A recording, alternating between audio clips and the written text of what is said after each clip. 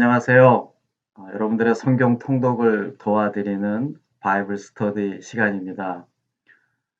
우리는 지난주에 족장 시대에 대해서 함께 말씀을 나누었는데요. 하나님은 홍수 시대 이후 한 족장을 만들어서 이 세상을 하나님의 나라로 만들려고 하셨습니다. 그때 하나님의 선택한 인물이 바로 아브라함이었습니다. 아브라함에게 큰 민족을 이루어 복의 근원이 되게 하시겠다는 그런 약속을 하셨고, 아브라함은 그 하나님의 약속을 믿고 믿음의 조상들이 되어서 역경을 헤쳐 살아가는 이야기가 바로 족장시대 창세기 12장부터 50장까지의 말씀이었습니다. 족장시대에는 4명의 중요한 인물이 등장한다라고 했습니다. 조상인 아브라함으로부터 시작을 해서 이삭, 야곱, 요셉에 이르기까지 하나님은 이들을 통하여서 유대 민족, 즉 이스라엘 민족을 탄생시키시고 또 그 민족으로 하여금 복의 근원이 되어 이 땅을 하나님의 나라로 만들려고 하셨죠. 하나님께서는 아브라함에게 세 가지 약속을 주셨습니다. 하나는 셀 수 없는 많은 자손을 주겠다. 하나는 땅을 주겠다. 그리고 복의 근원이 되게 해주겠다. 자손, 땅, 복의 근원, 즉 주권이죠. 이 세 가지는 한 나라가 만들어지기 위한 반드시 필요한 요소인데요. 하나님은 이 약속을 아브라함에게 주셨습니다.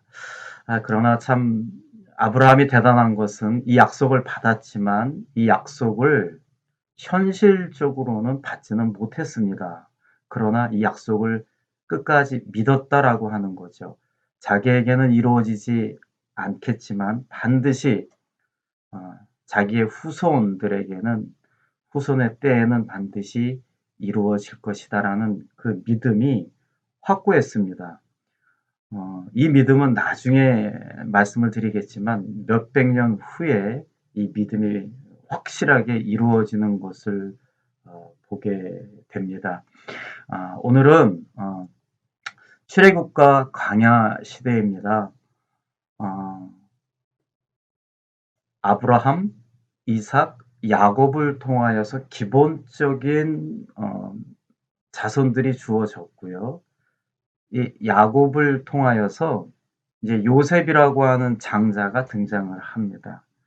참 요셉은 모든 인생이 하나님과 함께 하셔서 형통한 인생을 살았던 인물인데요. 이 요셉이 야곱이 아내가 둘이었고 첩도 있었고 그래서 많은 자녀들이 있었는데 장자로 태어났죠. 그래서 요셉은 배다른 형과 거의 20살 차이가 날 정도로 이렇게 늦게 태어났지만 그는 확실하게 장자였습니다. 그리고 하나님에게 택함을 받았죠.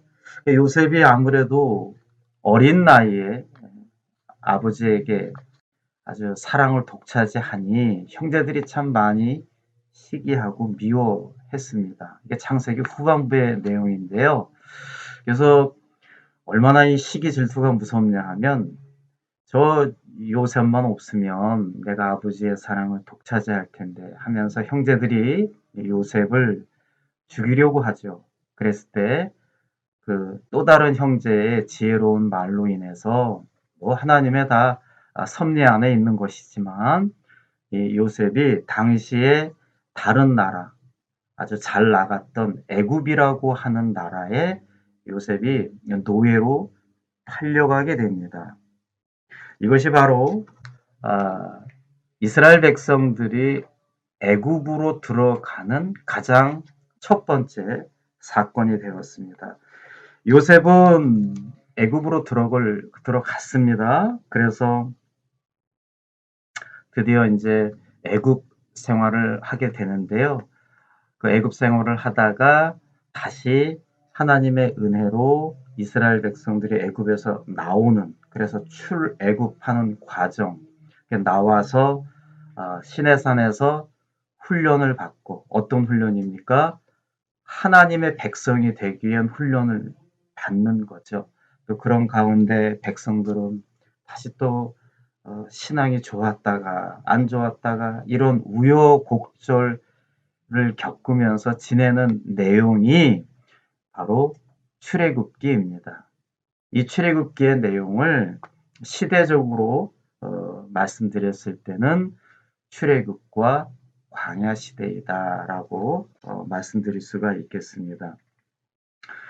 요셉이 애굽으로 팔려갔을 때 한 보디발이라고 하는 아주 높은 관료의 집에 들어가게 됩니다. 그러나 요셉은 하나님과 함께 하셨고 아주 성실하게 열심히 그 집에서 봉사하고 섬깁니다. 이것을 그 주인이 잘 보아서 어떻게 합니까? 그를 가정 총무로 만듭니다. 그는 그 기대에 맞게끔 아주 열심히 가정 생활을 했고, 보디발은 이렇게 이야기하죠. 모든 집에 많은 것들은 너가 다 관리해라. 그러나 단 내 아내만큼은 안 된다. 미리 다 이렇게 이야기를 하고 요셉을 가정 총무로서 사용하게 되고, 요셉은 그에 걸맞게 열심히 했죠. 그런데 요셉이 아무래도 인물이 준수하고 젊고 또 아주 이렇게 지혜롭고, 그걸 보디발의 아내가 가만두지 않았습니다. 그를 계속해서 유혹을 하죠. 그러나 유혹은 한 번, 두 번, 세 번, 네 번 그 유혹을 다 이겨냅니다. 그런데 그 보디발의 아내는 마지막에 화가 났는지 요셉이 자기 옷을 갖고 도망갔다라고 하면서 요셉을 모함을 하죠. 그랬을 때 그 보디발이라고 하는 주인이 화가 나서 앞뒤 좌우 듣지 않고 이 요셉을 이렇게 감옥살이하게 둡니다. 요셉이 참 대단했던 것은 그렇게 했을 때도 단 한 번도 보디발의 아내가 나를 유혹했다, 뭐 나를 모함했다 이런 말을 절대 하지 않죠. 그냥 하나님께 맡기고 그는 또다시 어려운 길을 걷게 됩니다. 그래서 감옥살이를 하고 있는 중에 하나님은 요셉에게 참 많은 것을 주셨지만 그 중에 하나가 꿈을 해석하는 은사를 주셨습니다. 그래서 같이 이렇게 감옥살이 했던 그 일행 중에 지금으로 말하면 청와대의 백악관의 직원이었죠. 그 직원이 뭐 좀 잘못해서 감옥살이를 하는 중에 꿈을 꿨는데 그 꿈을 잘 해석을 해 주어서 이 감옥살이 했던 친구가 나가게 됩니다. 이게 사람의 앞길을 모르는데요. 근데 이 나갔던 친구가 다시 이제 복직이 돼서 당시에 파라오죠. 애굽의 왕궁에서 일을 할 때 이 파라오 왕이 어느 날 아주 무서운 꿈을 꿉니다. 이 꿈이 도대체 무엇일까 고민한 끝에 부하들, 신하들에게 이야기했을 때 한 신하가, 그러니까 예전에 요셉과 같이 감옥살이를 했던 그 신하가 그 왕에게 이야기하죠. 내가 예전에 감옥살이 할 때 한 젊은 친구가 꿈을 잘 해석했다고. 그래서 그 파라오 왕이 그 요셉을 왕궁으로 데려오라고 합니다. 그래서 그 꿈을 이야기했을 때 요셉이 정확하게 그 꿈을 해석을 해줍니다. 즉 애굽이란 나라가 앞으로 7년 동안 풍년이 일어날 것이고 그 후에 7년 동안에는 엄청난 가뭄을 겪게 된다. 그래서 7년 동안 풍년이 일어났을 때 곡식을 많이 저장해 놨다가 나중에 가뭄이 되면 그 곡식을 사용하면 된다고, 이렇게 바로 왕에게 꿈의 해석을 해줍니다. 바로 왕은 너무나 기뻤고 고마워했습니다. 그래서 기가 막히게도 요셉이 드디어 애굽의 총리가 됩니다. 바로 왕이 참 지혜롭다고 내가 이 나라를 맡기겠노라고 하는 거죠. 그래서 요셉이 하나님의 은혜죠. 꿈을 잘 해석해서 드디어 애굽의 총리가 됩니다. 어떻게 보면 우리가 지금 미국에 이민 와 있는데요. 이민자가 뭐 미국의 국무장관, 부통령 이런 격이 된 겁니다. 이 요셉은요, 아주 지혜롭게 열심히 이렇게 하죠. 꿈대로 7년 동안 풍년이 일어났고 7년 동안 가뭄이 일어났습니다. 그래서 온 지역, 애국뿐만 아니라 그 주변의 이스라엘, 그 주변 모든 나라들이 가뭄으로 식량이 없는 거예요. 그래서 이스라엘 땅에 있던 야곱이 아들들에게 이야기합니다. 얘들아, 저 애굽이란 나라에 가면 곡식이 있다라고 하니 가서 사오라고 합니다. 먹고 살아야 되니 그래서 요셉의 형들이죠. 자기를 쫓아냈던. 그래서 이 형들과 동생들이 함께 애굽에 갑니다. 가서 영화 같은 장면이 나오죠. 드디어 요셉을 만나게 됩니다. 그때 요셉은 처음에는 형들을 모른 척하죠. 형들도 감히 죽은 줄만 알았던 요셉이 살아있는지는 모르죠. 요셉이 몇 번 시험을 한 끝에 형들이 예전에 자기를 죽이려고 하고 쫓아냈던 형들이 아니구나. 많이 바뀌었구나라는 것을 깨닫고 나중에 그들을 다 용서하고 포용력 있게 받아줍니다. 그리고 어떻게 합니까? 아예 아버지 야곱부터 해서 온 이스라엘 백성들을 애굽으로 오게 합니다. 이것이 바로 이스라엘 백성들이 애굽으로 들어가게 된 계기가 되는 것입니다. 애굽에 왔을 때 파라오 총리 바로 왕은 너무나 기뻤습니다. 자기가 총애하는 요셉의 가족들이 왔다라는 얘기를 듣고 저 고센 땅이라고 하는, 그러니까 바로 왕의 말과 동물들을 관리하는 아주 좋은 땅에다가 그 가족들을 가서 당신들은 본이 그 목축업을 많이 했던 것 같다라고 해서 그 말들을 키우게 하면서 아주 풍족하게 배부르게 살게 합니다. 정말 정말 꿈 같은 생활을 하는 거죠. 아들이, 형이, 동생이 애굽의 총리이니 얼마나 대접을 잘 받으면서 배부르게 살았겠습니까? 그러면서 이렇게 맛있게 잘 먹고 잘 자고 잘 쉬는 중에 어느덧 시간이 흐르고 흘러서 이제 바로왕이 죽고 성경에 보면 요셉을 모르는 한 왕이 나타났다 그랬습니다. 그러니까 왕이 바뀐 거죠. 그런데 그 왕이 바로왕처럼 요셉에게 참 잘해줬으면 좋았을 텐데 이 왕이 가만히 보니 이 이스라엘 백성들이 너무 똑똑한 거예요. 그리고 이스라엘 백성들이 특히 그 여인들이 건강하고 아기를 잘 낳는 거예요. 그래서 최초에 이스라엘 백성들이 애굽에 들어갈 때는 약 한 70명 정도 들어갔는데요. 이게 시간이 흐르고 세월이 흘러서 아기도 잘 낳고 정말 속된 말로 잘 먹고 잘 살다 보니 인구가 거의 몇 수십만, 출애굽할 때 보면 장정만 60만이라 그랬으니 엄청난 인구가 불어난 겁니다. 이 새로운 왕이 걱정이 되었어요. 야, 이거 이 나라, 이 민족이 똑똑하죠? 아주 열심히 살죠? 애기들도 잘 낳죠? 그래서 어떻게 합니까?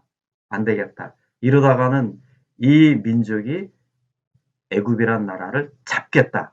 이런 생각을 하게 된 겁니다. 뭐 충분히 애굽의 왕으로서는 그런 생각을 할 만하죠. 그래서 그 왕이 한순간에, 정말 한순간에 예고도 없이 이스라엘 백성들을 너희들은 지금서부터 합법한 이주민이 아닌 노예라고 이야기를 합니다. 명령을 내리죠. 그래서 한순간에 이스라엘 백성들은 그 좋은 자리에서 좋은 위치에서 잘 살다가 한순간에 애굽이란 나라의 노예가 되는 것입니다. 이제 이때부터 이스라엘 백성들이 고생의 문이 들어가는 것입니다.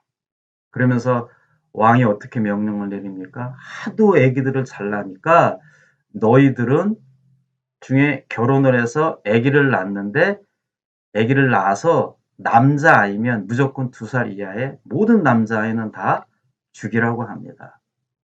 엄청난 명령이죠. 이때 출애굽기 초반부에 등장하는 모세가 이때 태어나는 것입니다. 모두가 죽이라고 했을 때 2살 이하의 모든 남자아이는 죽어야 한다. 이랬을 때 태어난 아이가 바로 모세였던 거죠. 얼마나 고통스럽겠습니까? 노예가 되었습니다. 그래서 이제는 아침에 일어나면 흙을 벽돌로 만들어서 일을 해야 됩니다. 엄청난 힘이 듭니다. 육체적인 고통이 따릅니다. 아기를 낳으면 아기는 죽여야 합니다.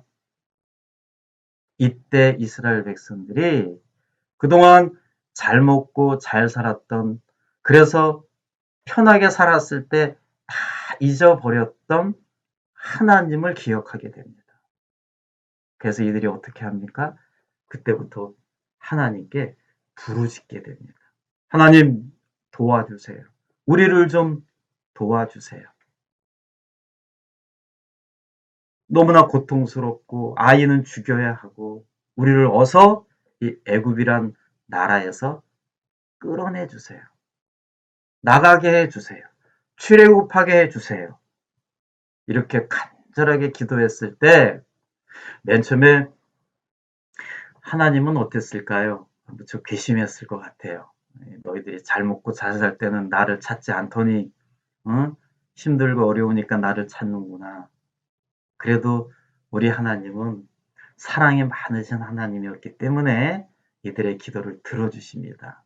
그래서 이들을 출애굽 시키시려고 할 때 한 사람을 다시 선택하십니다. 하나님께서 저 갈대아 우루 그 바벨론 탑을 쌓던 그 지역에서 아브라함을 선택해서 믿음의 조상이 되었던 것처럼 하나님은 또다시 한 사람을 선택해서 이로 하여금 어떻게 합니까? 가서 애굽에 가서 애굽 사람들을 애굽에 살고 있는 이스라엘 백성들을 출애굽하는 데에 지도자로 사용하게 됩니다. 이때 하나님의 선택받은 사람이 모세라고 했습니다. 자, 출애굽의 지도자 모세. 모세는요, 지금도 사실 어떻게 보면 이스라엘 백성들이 지도자 하게 되면 모세를 생각을 하죠. 모세는 참 특이한 인생을 살았습니다. 40년 동안에는 궁중 생활을 했고 40년 동안은 출애굽하면서 광야 생활을 했고 40년에는 지도자 생활을 했죠. 모세가 2살 이하의 모든 남자의 유대 민족의 아이들은 죽이라고 했을 때 그때 모세는 태어났습니다.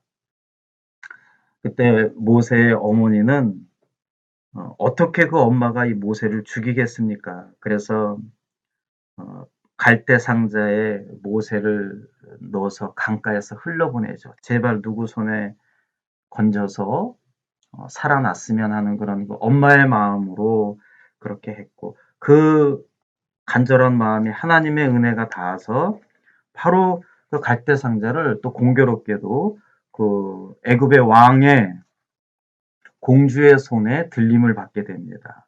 그래서 이 공주가 너무 예쁜 이 남자아이를 궁중으로 데려오고 가죠. 그때 이제 이 아이를 키울 유모로 그 모세의 누나가 지혜롭게 이 아기를 키워야 될 유모가 있지 않겠냐고 해서 바로 모세의 친엄마를 궁중으로 함께 데리고 들어갑니다.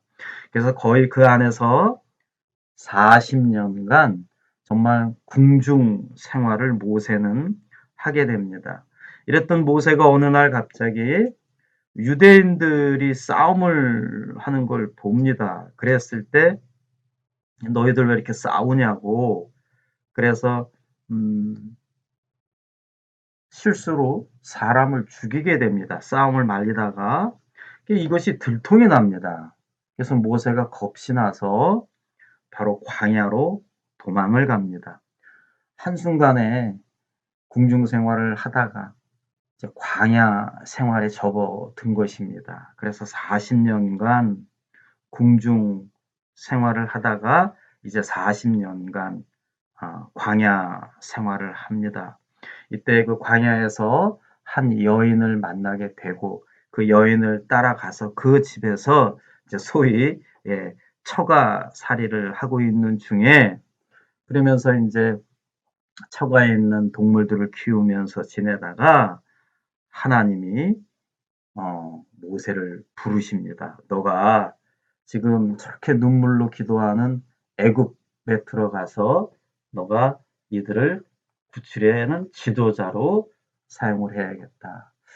이 모세가 계속 완강하게 부인을 합니다. 내가 무엇이고 한데 나는 뭐 살인자고 지금은 쫓기는 몸으로 광야에서 처가살이하고 있는 보잘것없는 사람인데 내가 누군데 뭐 이렇게 하냐라고 했을 때 하나님이 너가 누구냐는 나에게는 관심이 없다 그러시죠. 내가 너와 함께하기 때문에 너는 잘할 수 있을 거라고. 그래서 우여곡절 끝에 모세가 애굽에 들어갑니다. 그래서 처음에는 바로 왕과 단판을 짓죠. 우리 백성들을 이제 내보내게 해달라. 근데 바로 왕이 이 마음이 강팍하다 그랬습니다. 참 이 강팍한 마음이 무서운 건데요. 그래서 맨 처음에는 내보낸다 했다가 안 된다 그랬다가 왔다 갔다 하니까 나중에는 그 유명한 하나님이 어떻게 합니까? 10가지 재앙을 내리죠. 그 10가지 재앙.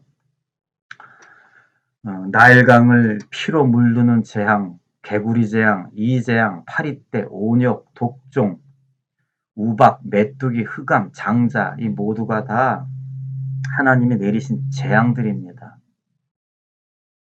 근데 가만히 보면요. 이 모든 이 재앙들은 당시에 애굽 사람들이 신이라고 믿었던 것들입니다. 나일강, 하나님이 필요 없는 거예요. 물이 항상 콸콸콸콸 넘쳐 흐르니 나일강을 믿습니다. 이 광을 풍요의 신으로 믿고 이 강만 있으면 우리는 먹고 사는데 지장이 없다. 하나님 필요 없다. 신이 필요 없다. 이렇게 되는 거예요. 이 모든 동물들, 뭐 온역, 독종 이런 것들이 우리가 볼 때는 참 상식적으로 이해가 안 가지만 당시에 애굽 사람들은 모두가 다 신이라고 믿었고 특별히 하도 끈질기게 바로 왕이 이 이스라엘 백성들을 내보내지 않기 때문에 하나님께서 이 장자의 죽음이라고 하는 큰 재앙을 내리시죠. 다시 말씀드려서 그 왕을 그 당시에 애굽 사람들은 신으로 섬겼고 그 특히 장자들을 굉장히 높이 세웠었는데요. 하나님이 보실 때 너희들은 그렇게 신으로 믿는 장자들이 왕이 아무것도 아니다라는 것을 한 번에 바로 보여줍니다. 그래서 모든 애굽 사람들의 태어난 장자는 죽이게 되는 거죠.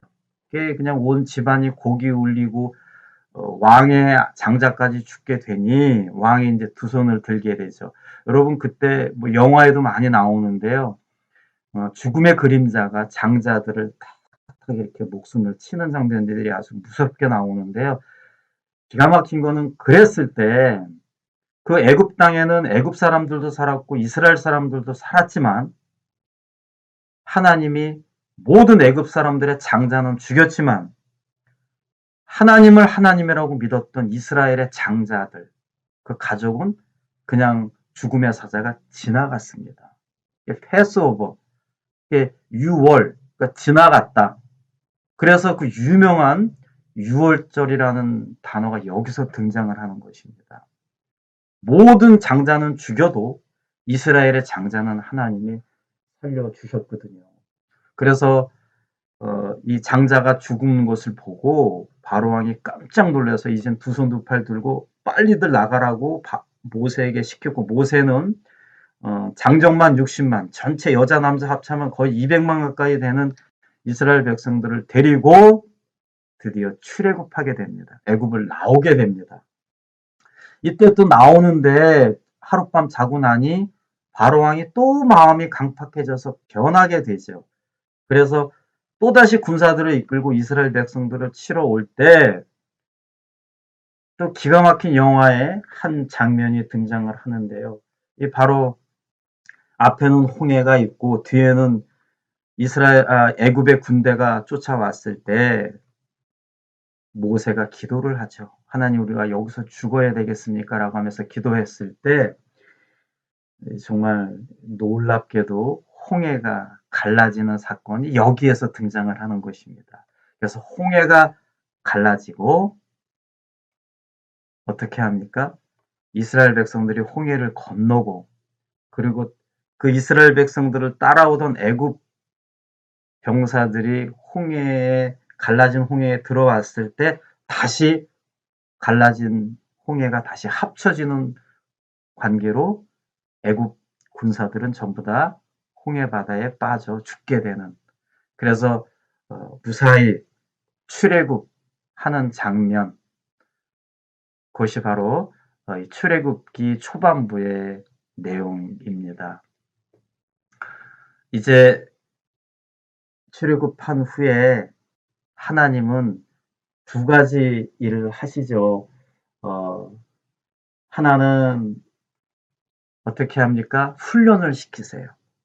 그리고 이들에게 예배하는 공동체가 되기 위해서 십계명을 주고 말씀을 주고요. 그리고 지금의 교회의 모태가 되는 성막을 세우게 되죠. 이 이야기는 제가 다음 주에 말씀을 나누도록 하겠습니다. 오늘 이 긴 역사의 내용을 이 짧은 시간에 마치 한 편의 영화를 보듯 제가 좀 빠르게 말씀을 좀 드렸는데요. 이 출애굽기는 구약 성경의 가장 핵심입니다. 이 출애굽기를 말하기 위해서 창세기가 필요한 겁니다. 왜 이스라엘 백성들이 애굽에 들어갔고, 애굽에 또 왜 들어갔는지, 그것을 얘기해서 요셉을 이야기할 수밖에 없었고, 또 요셉을 이야기하자니 요셉의 아버지 야곱에 대해서 이야기할 수밖에 없었고, 또 야곱에 대해서 이야기하자니 이스라엘의 모태가 되는 신앙의 조상이 되는 아브라함이 또 등장을 해야 됐고요. 아브라함 이야기를 해야 되니 이 세상에 어떻게 또 탄생이 됐는가, 그것을 쭉 역으로 추적을 할 수밖에 없었습니다. 그래서 이 구약의 가장 핵심은 오늘 말씀드린 이 출애굽 사건이다. 물에서 건져냈다. 애굽에서 나왔다. 우리가 구원받은 게 그거 아닙니까? 세상에서 교회로 또 세례를 받죠. 그의 세상의 모든 것들은 깨끗하게 씻음받고 새 삶을 살아가는 것. 이 바로 영적으로 이 출애굽기가 주는 메시지는 굉장히 큽니다. 예, 이 내용을 여러분들 성경을 읽으실 때 참조하셔서 읽으시면 훨씬 드라마틱하고 재미있게 성경을 읽을 수가 있을 것입니다. 예, 감사합니다. 다음 시간에 또 뵙도록 할게요. 오늘도 하나님의 은혜와 하나님의 사랑과 축복이 여러분들 일터와 가정과 여러분들 자녀에게 함께 하시기를 간절히 축원하겠습니다. 감사합니다.